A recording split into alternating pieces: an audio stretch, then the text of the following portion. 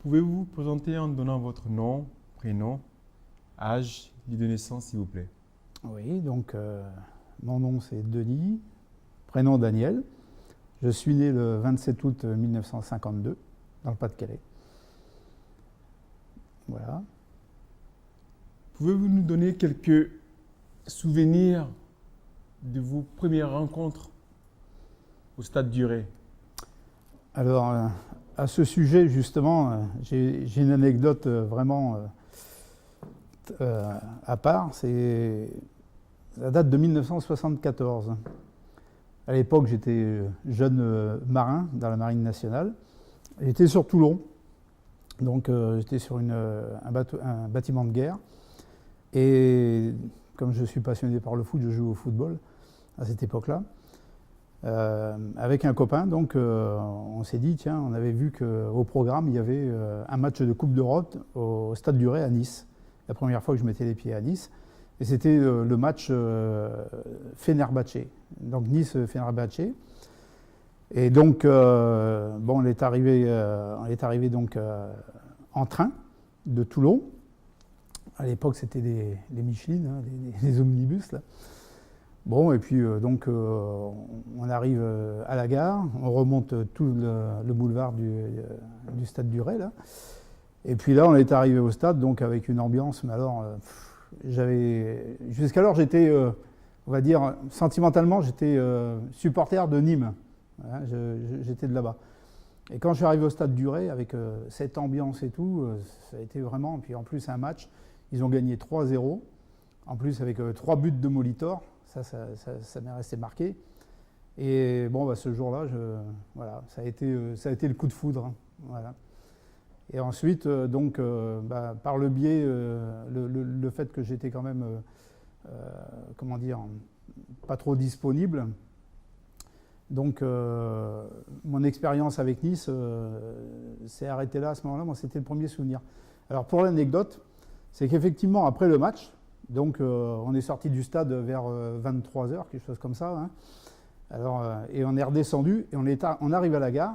Et là, surprise, plus de train pour pouvoir rentrer à Toulon. Et le lendemain matin, je devais embarquer. On a parié avec le bateau pour 4-5 jours en mer. Et en fin de compte, j'ai carrément raté l'appareillage. Alors je ne vous dis pas, quand on est rentré à Toulon avec le collègue, hein, je ne sais pas si vous connaissez un peu les méthodes de la marine.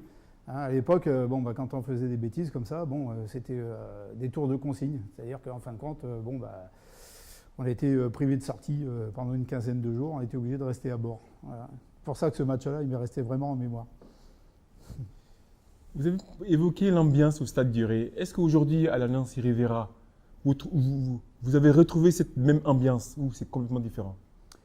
Alors, il faut dire que c'est complètement différent.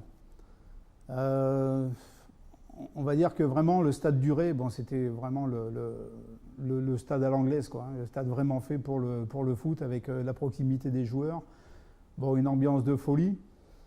Et on va dire que, en fin de compte, moi je suis assez satisfait que Nice maintenant est un grand stade comme ça. Parce que déjà, ça permet d'amener la famille, déjà, au niveau sécurité, on s'y sent bien. Au niveau de la sonorité et tout, c'est vrai que c'est différent du Stade du Ray.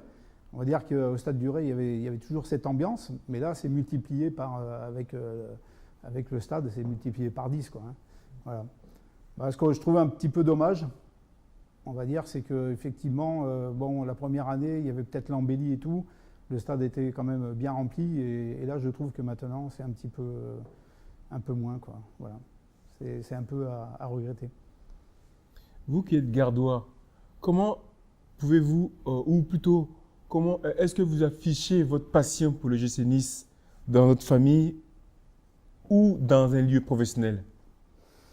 En ce qui concerne Nice, oui, tout à fait. Hein. Comme je vous l'ai dit, au départ, j'étais supporter de Nîmes. À l'époque, j'étais adolescent. Donc, je ne partageais pas trop. Je partageais avec les copains de mon âge. Mais sans plus, on va dire. Alors que Nice, en fin de compte, là aussi, hein, je veux dire, c'est lié un peu à mon parcours professionnel. Je suis revenu sur Nice donc, en 92. Et puis, j'ai travaillé à la police municipale. Ça fait que j'avais l'occasion, en plus, à chaque match à domicile, d'être présent au stade. Bon, à chaque fois, j'étais volontaire. Il y a des volontaires pour aller au stade, oui, bien sûr. Voilà. Donc, effectivement, depuis cette année-là, on va dire depuis 80, allez, régulièrement, depuis 1995, je suis régulièrement l'OGC Nice, quoi. Voilà. Est-ce que vous faites partie de ces supporters de l'OGC Nice qui chantent Nice à la belle? Alors, je vais vous dire, n'étant pas Nissart, ouais, je chante, mais alors j'ai du mal à retenir les paroles, mais je chante, il n'y a pas de problème.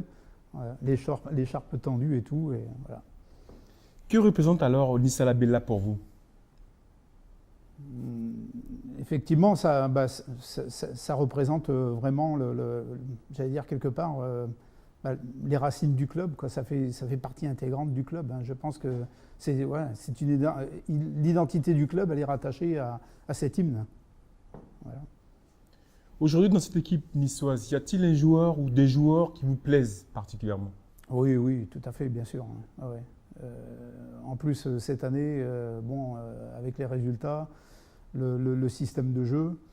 Après, bon, on a toujours des joueurs préférés, un peu plus que d'autres. Mais bon, il y en a un en ce moment qui me plaît parce que avec le parcours qu'il a eu ces 2 dernières années sur Nice, je trouve que c'est vraiment un très très bon joueur avec une super mentalité, c'est Jérémy Pied. Voilà. Et pourquoi particulièrement Jérémy Pied? Peut-être parce que je m'identifie un petit peu. Voilà, au niveau du style du jeu, le gars qui lâche pas, qui a une bonne mentalité et voilà, qui se donne à fond, quoi, carrément. Comment vous voyez, vous, l'avenir de l'OGC Nice? Écoutez,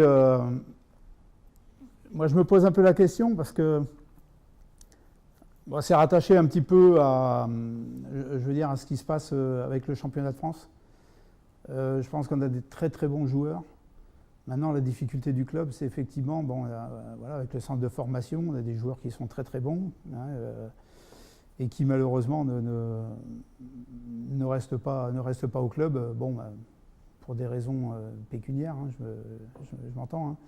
Bon, le club a besoin d'argent, mais en même temps, je trouve un peu dommage. Je trouve qu'il faudrait pérenniser un petit peu et garder ces joueurs-là pour franchir un palier. Et puis, dans les effectivement 2-3 ans qui viennent, réussir à jouer régulièrement la Ligue Europa. Ma dernière question. En tant que supporter de l'OGC Nice, comment pourriez-vous vous définir comme un supporter du football? Alors, comment je me définirais? Je me définirais comme étant un supporter, déjà fidèle. Je pense que maintenant, je me suis complètement identifié à ce club. Voilà, donc même si de temps en temps, j'arrive à suivre aussi, toujours sentimentalement, les résultats de Nîmes. Hein. Mais vraiment, je suis ancré à ce club. Et je sais que si je devais partir de la région, de toute façon, dans tous les cas de figure, je me tiendrai au courant de ce qui se passe et tout. Et dans un deuxième temps, comme le football, j'y ai joué. J'ai aussi entraîné, parce que j'ai des diplômes de formateur. Et donc, je me considère comme étant un supporter qui est plus attaché, on va dire, à l'aspect technique. Voilà, avoir du beau football, essayer de râler quand effectivement la composition de l'équipe ne me plaît pas et tout. Comme on dit, hein, dans chaque supporter, il y a un entraîneur. Merci beaucoup. Voilà, merci.